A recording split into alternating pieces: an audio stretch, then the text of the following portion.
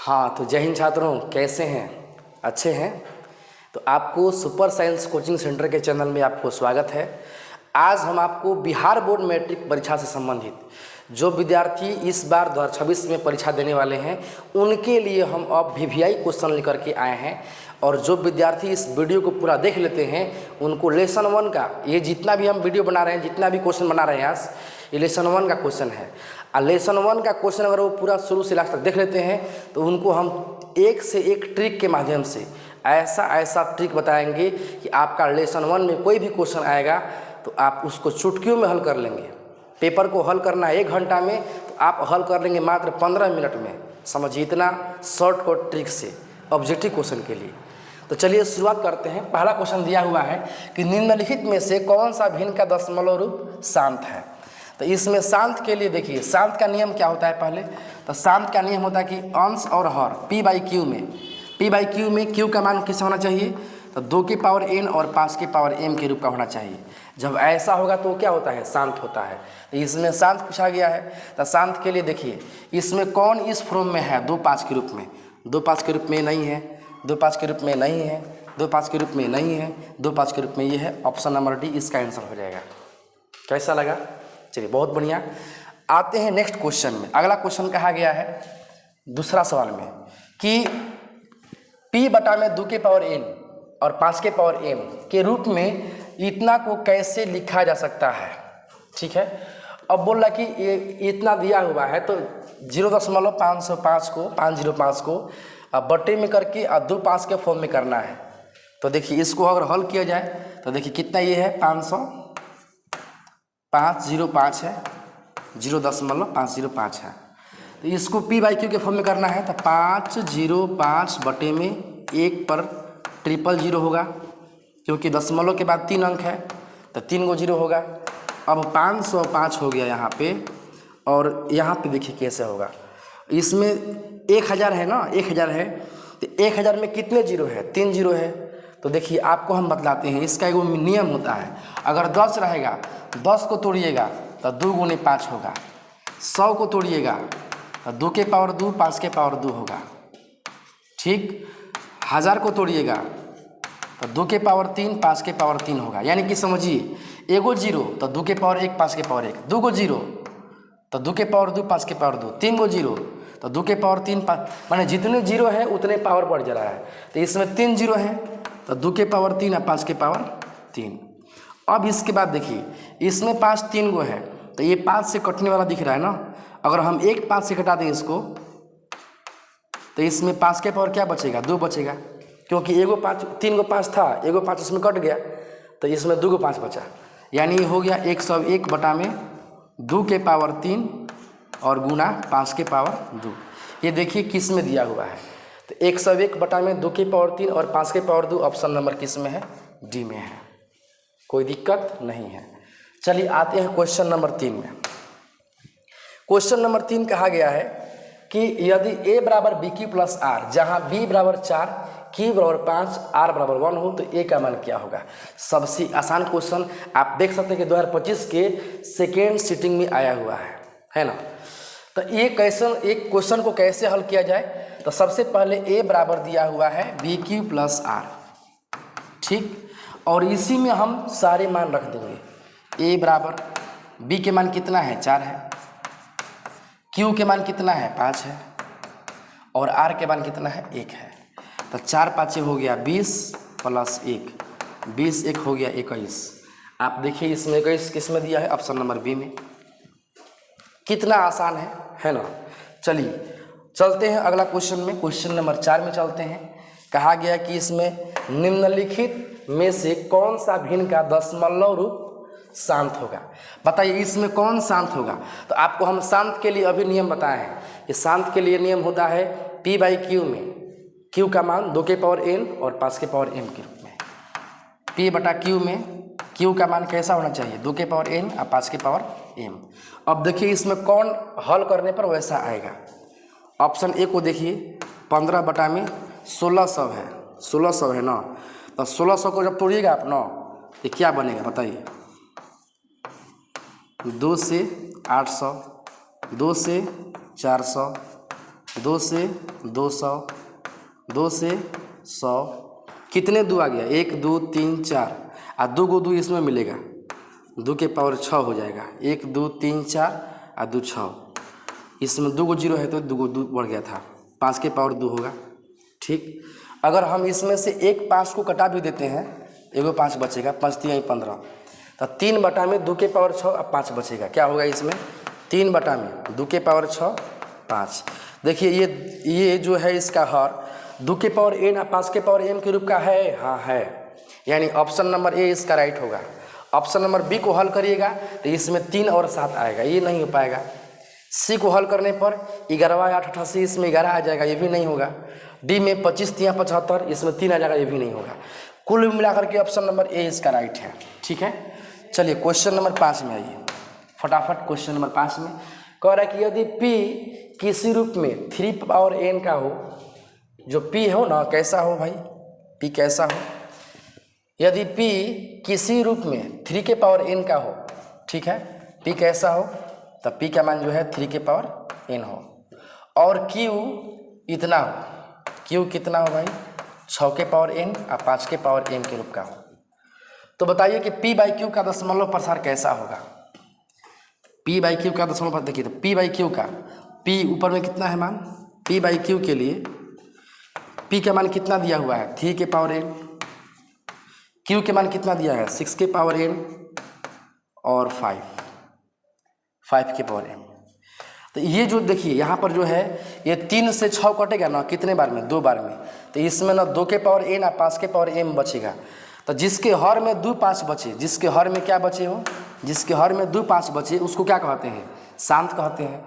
तो बताइए इसमें कौन शांत होगा, इसमें शांत कौन सा होगा, ऑप्शन नंबर बी शांत होगा। यही क्योंकि 3 से कटेगा 6 2 बार में, तो 2 5 हो जाएगा, तो 2 5 होता है तो क्या होता है, शांत होता है।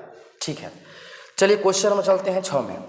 6 नंबर में दिया गया है कि यदि a बराबर बी क्यू प्लस आर, एकदम आसान क्वेश्चन है। हम जानते हैं कि इसमें जितने भी लोग देख रहे हैं वो हल आसानी से कर सकते हैं। चलिए हम उनके आसानी के लिए, हेल्प के लिए हम हल करके बता देते हैं। a बराबर बी क्यू प्लस आर दिया हुआ है, अब b के मान दिया है 73, b के मान दिया है 73। अच्छा q के मान दिया है, हाँ q के मान दिया है 34, आर के मान दिया तो है 23। अब क्या हल करके a का मान निकालना है। अब इसमें गुणा करने में मेन है, देखिए तो अब बताइए कि 3 से 4 में गुणा, तो 3 चौकी 12, लास्ट में क्या आएगा 2, और इसमें लास्ट में क्या है 3, तो 2 3 क्या होगा 5, तो 5 इसमें लास्ट में है और इसमें 5 लास्ट में है, यानी इसी दोनों में ऑप्शन बनता है। चलिए अब इसको पूरा हल कर लेते हैं हम। 73 को 34 में गुणा कर लेंगे, 4 3 12 के 2 हासिल 1, 4 7 28 1 29, 3 9 3 7 21, तो 2 9 9 18 के 8, 2 1 3 1 4 और 2 24 82 हो गया, 24 82 हो गया, और इसमें 23 को ऐड कर देना है, तो 3 2 हो गया 5, 8 2 10 का 16 और 4 1 5 और 2, यानी 2505। 2505 जो है ऑप्शन नंबर बी में है। ठीक है, चलिए क्वेश्चन नंबर आते हैं 7 में आते हैं। अब बताइए आप कि 7 नंबर सवाल जो है कह रहा है कि किसी धनात्मक पूर्णांक q के लिए प्रत्येक धनात्मक विषम पूर्णांक का रूप होगा। आप जानते हैं कि विषम पूर्णांक किसको बोलते हैं, तो सबसे पहले विषम संख्या उसको बोलते हैं जो 2 के पहाड़ा में नहीं आता है, जैसे 1 3 5 7 ये सब विषम संख्या हो गया। तो अब आप बताइए कि इसमें विषम संख्या आप जान गए कि विषम संख्या कैसा होता है बाबू। विषम संख्या जो होता है ना 1 3 5 7 इस रूप में होता है। तो इसमें आप सीधे देखिए कि किसके लास्ट में विषम संख्या आया हुआ है, इसके लास्ट में 1 क्या है, 1 विषम संख्या है। विषम संख्या को बताएं हम, विषम संख्या 1 है, इसीलिए इसका सटीक आंसर क्या होगा, सी होगा, 6q + 1। कोई दिक्कत नहीं, आपको जितना जल्दी से आंसर देना है, इसीलिए आप ये ट्रिक लगाएंगे उसको हल करने में। आइए आते हैं क्वेश्चन नंबर 8 में।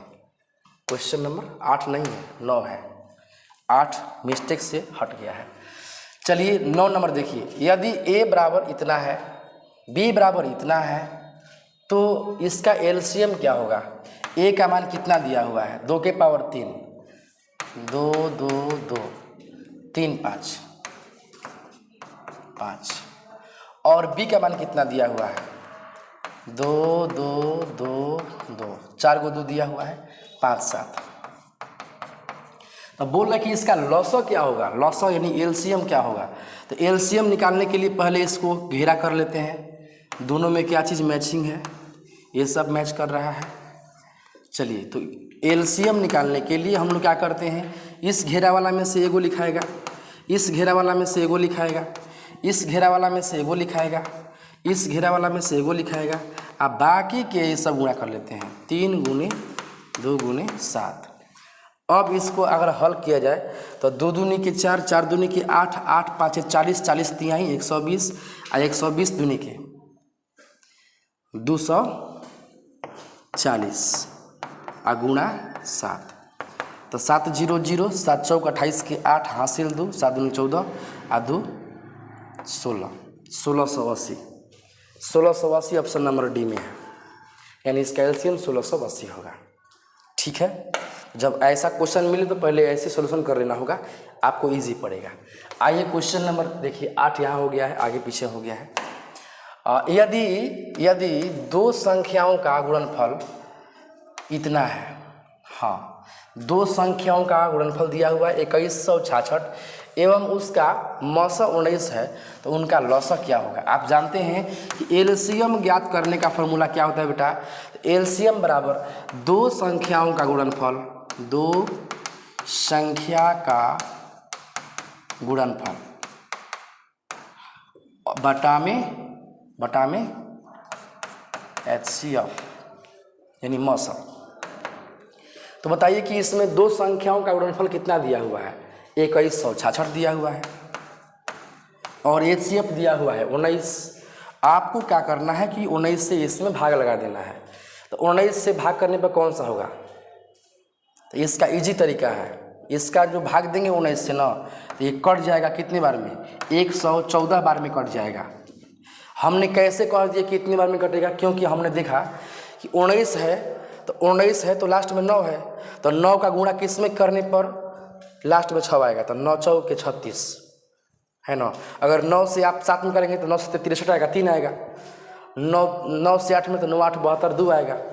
तो 6 लाने के लिए यही ना तो परफेक्ट है, 9 चौक के 36।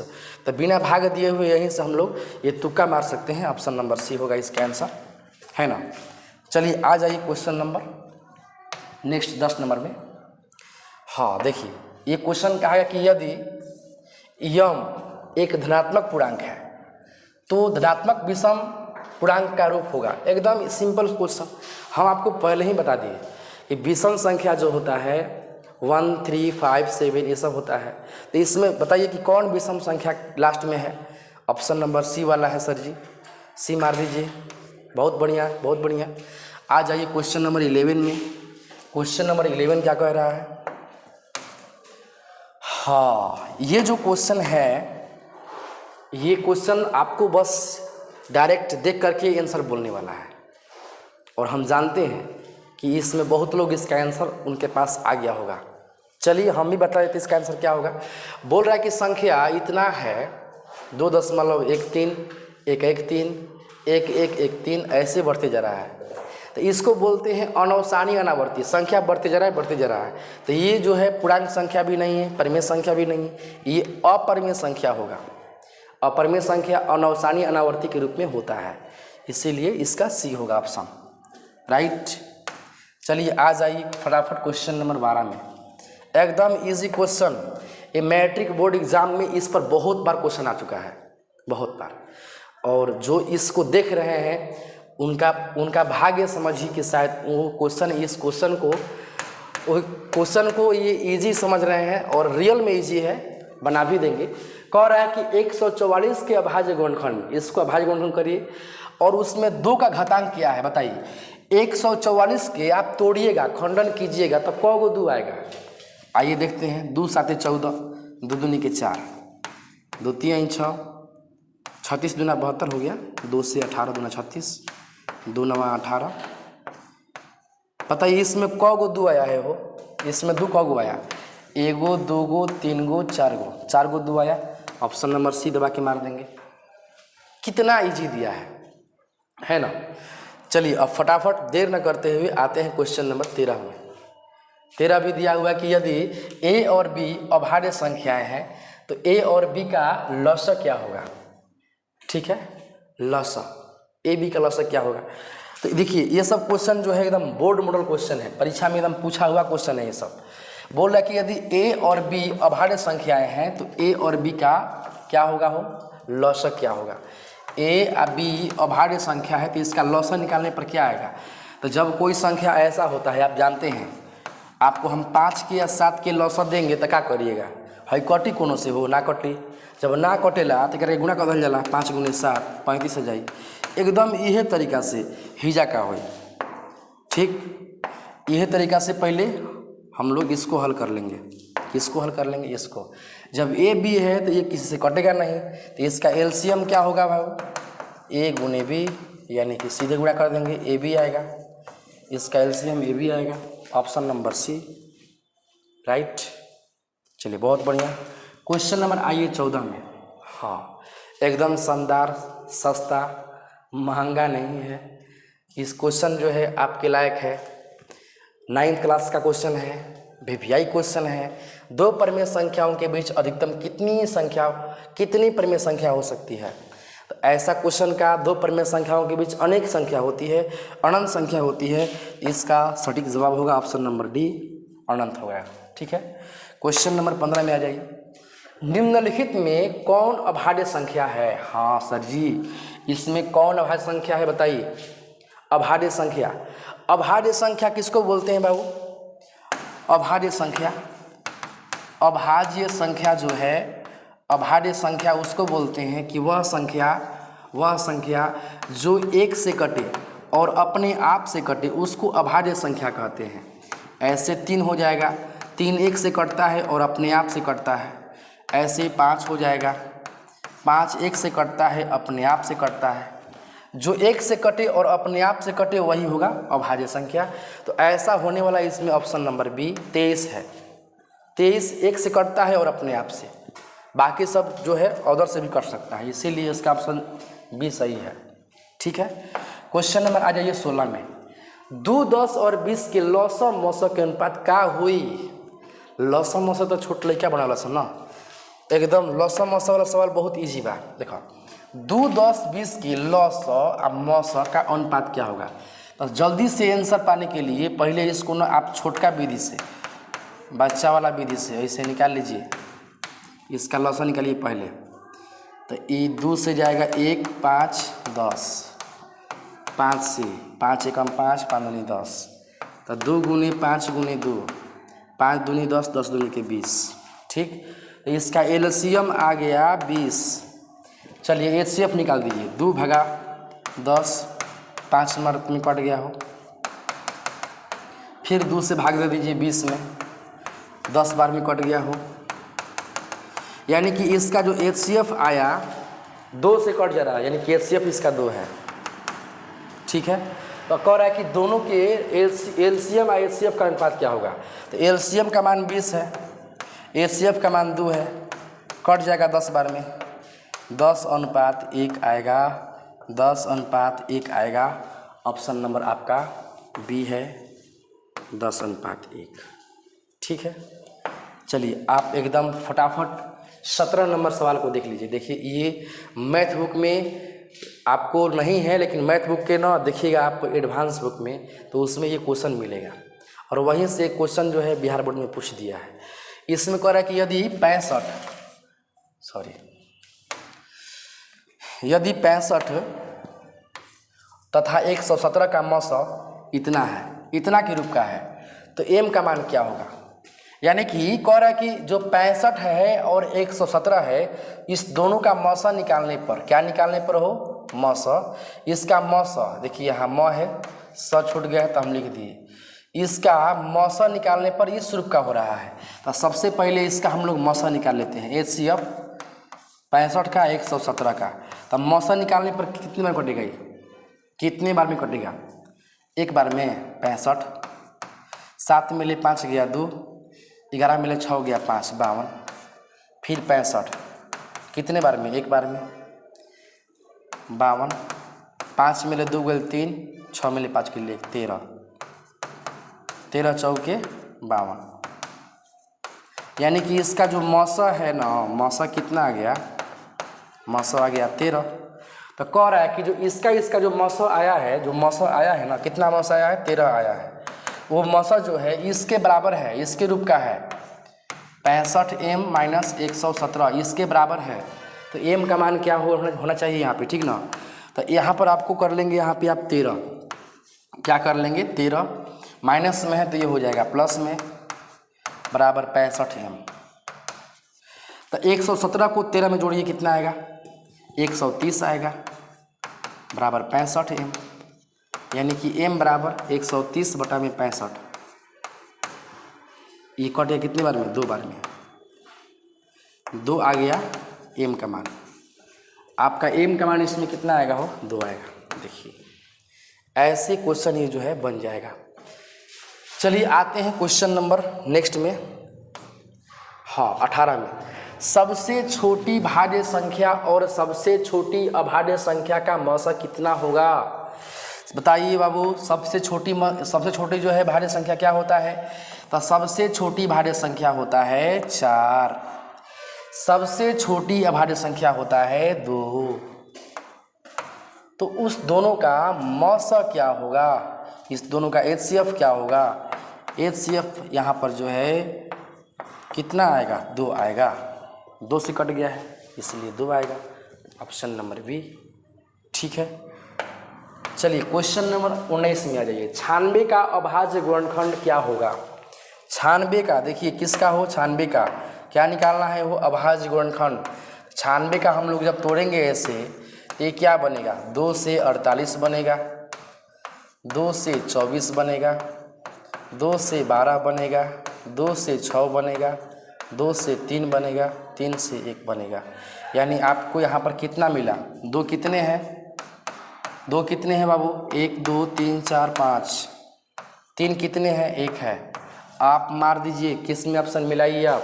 2 के पावर 5, 3 के पावर 1, ऑप्शन नंबर सी इसका आंसर है कि नहीं? हमको लगता है ऐसा कि एक पाठ में अभी तक हम लोग जितना हल किए उसके हिसाब से कोई ऐसा क्वेश्चन नहीं है जो आपके माइंड पर प्रेशर बनाने वाला हो। ये रियली चीज़ है, आप भी देख सकते हो। एकदम इजी क्वेश्चन है। HCF LCM पर दिया हुआ है, भाज्य दिया हुआ है, शांत दिया हुआ है, और रियल में ऐसा है। अगर सिर्फ आप इसको सिर्फ एक बार देख लेते हैं तो पूरा रिवीजन करने की ज़रूरत नहीं पड़ेगी, है ना? ये सब जनरल क्वेश्चन है। आइए क्वेश्चन नंबर 20 में। 20 देखिए, 2 संख्याओं के गुणनफल इतना है। कितना है बाबू? 2 संख्याओं के गुणनफल इतना है और उसका मौसा इतना है, तो उसका लौसा क्या होगा? सीधे LCM बराबर 2 संख्याओं का गुणनफल 86 70 बटा में मौसा, लौसा निकालना है ना, इसको बटे में करेंगे, कटा देंगे। 17 पचे 85, 1 86, 1 17 एकम 17, 1 0, 510 आएगा, 510 आएगा। ऑप्शन नंबर डी में है। कितना इजी क्वेश्चन था ना। चलिए आइए क्वेश्चन नंबर 21 में। 6, 8 एवं 22 का लौसा निकालिए, फिर मौसा निकालिए, इसका अनुपात निकालिए।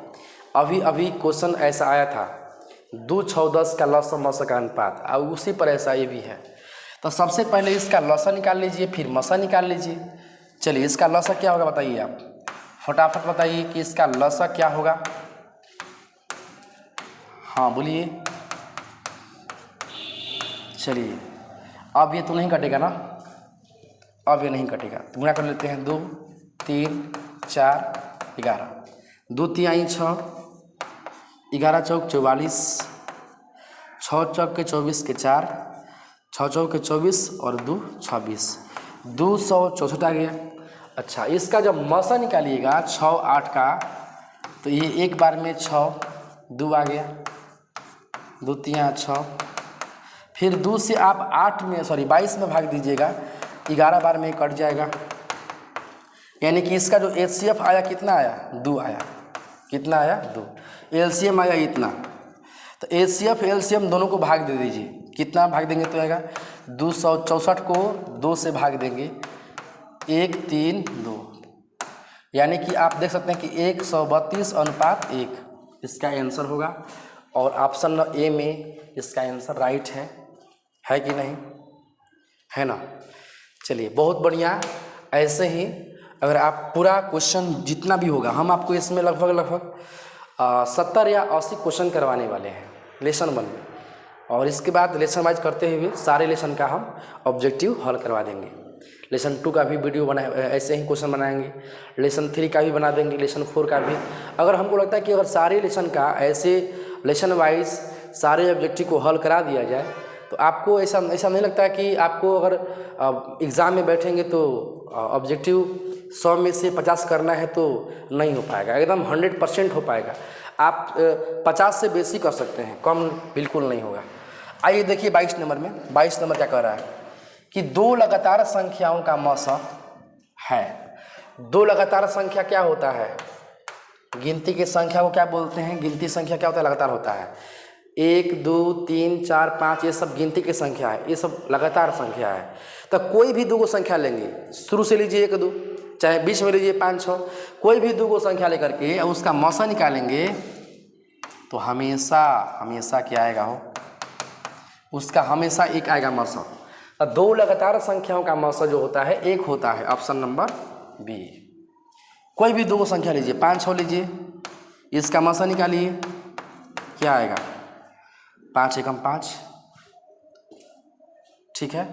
और फिर 1 से 5 करेंगे 5 बार में, ये भी कट जाएगा, इसका मौसा कितना आएगा, 1 ही आएगा, ठीक है। तो कोई भी आप 2 को संख्या लेंगे, दोनों संख्या लगातार होगी तो उसका मौसा 1 ही आएगा, ठीक है। चलिए क्वेश्चन नंबर आ जाइए 23 में। 5005 के कितने अभाज्य गुणनखंड है, 5005 के अगर गुणनखंड हम लोग करें कितने आएगा, तो 5005 को यहाँ पर आप सिंपल तोड़ लीजिए 5 से, 1000 1 आएगा, 7 से भाग मारिए इसको, कितना आएगा, 7 एकम 7 3 10, 7 चौक 28 29 30 7 21, 11 से 11 एकम 11 11 3 33, 13 से एक बार में। इसके अभाज्य गुणनखंड में जो है कितने अंक आ गए हैं, 1 अंक 2 अंक 3 अंक 4 अंक, इसमें 4 अंक आ गए हैं। कितने हैं, 4 अंक हैं, ठीक है। चलिए अगला क्वेश्चन में आते हैं। क्वेश्चन नंबर 24 में देखिए, यदि P तथा Q 2 अभाज्य संख्या है तो उनका मौसा क्या होगा। तब P Q का मौसा क्या होता है, मौसा मतलब कि HCF। तब P और Q का जब हम लोग मौसा निकालेंगे ना तो इसका मौसा क्या होगा बताइए। बोल रहा कि P Q कौन संख्या है, अभाज्य संख्या है। आप यहाँ पर P Q के मान पर 2 को अभाज्य संख्या लीजिए, मान लेते हैं कि अभाज्य संख्या 2 है और 1 3 है, आप दोनों को भाग दीजिए तो 2 एकम 2, 3 में से 2 गया 1, फिर 2 से भाग मारिए, 2 बार में कट गया।